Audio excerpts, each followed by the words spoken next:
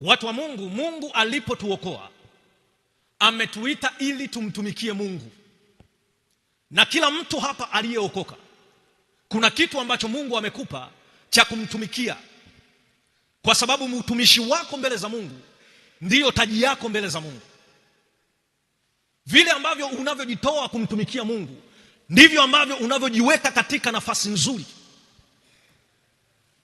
Sasa kutumika kuna muhitaji Mungu atusaidie. Kama tusipokuwa na Mungu ndani yetu, kama tusipokuwa na mahusiano na Mungu, kama tusipokuwa na uhai, hatutaweza kutumia ujana wetu vizuri katika kumtumikia Mungu, kwa sababu huduma za kiroho zinategemea Mungu aliye ndani yako. Kwa sababu huduma ulioipokea haikuzaliwa kwa bahati mbaya, ilizaliwa mara baada ya Roho Mtakatifu kuingia ndani yako, akakutazamisha cha kufanya. Jamani, amina. Na Mungu anatutazamishaje?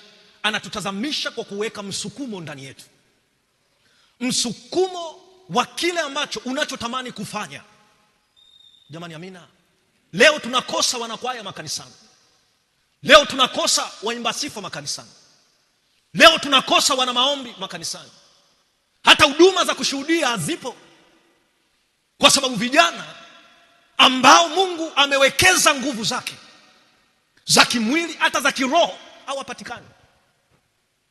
Sasa kumbe Mungu ametubariki utajiri wa nguvu ili tuweze kumtumikia. Watu wa Mungu, maandiko yanasema katika Mhubiri 12 mstari wa 1, mkumbuke muumba wako siku za ujana wako, kabla hazijaja siku zilizo mbaya. Kwa nini? Kwa sababu siku za ujana zina muda na zina kipindi, zina muda na zina kipindi. Kwa hiyo muda ambao Mungu ametupa, ambao tuna nguvu, ndio muda ambao tunaweza tukahubiri mahali popote, ndio muda ambao tuna uwezo wa kufunga masaa mengi, ndio muda ambao tunaweza tukafanya kazi ya Mungu kwa juhudi na kwa nguvu kuliko kipindi kingine chochote.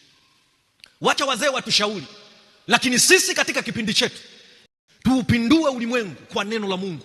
Watu wamjue Mungu, watu wamjue Yesu uliyempokea. Ni ajabu sana nyakati za leo, hata sehemu ambayo unayokaa wanaweza wasijue kwamba wewe umeokoka. Mtu ana mute, anajiweka vibration ili wasijue kwamba yeye ni mtu aliyeokoka. Lakini nguvu ikikaa sawa sawa kwenye maisha yako, nataka nikwambie, hutakaa kimya, hutazuia lile neno Mungu aliloliweka ndani yako. Biblia inasema nimewaandikia vijana kwa sababu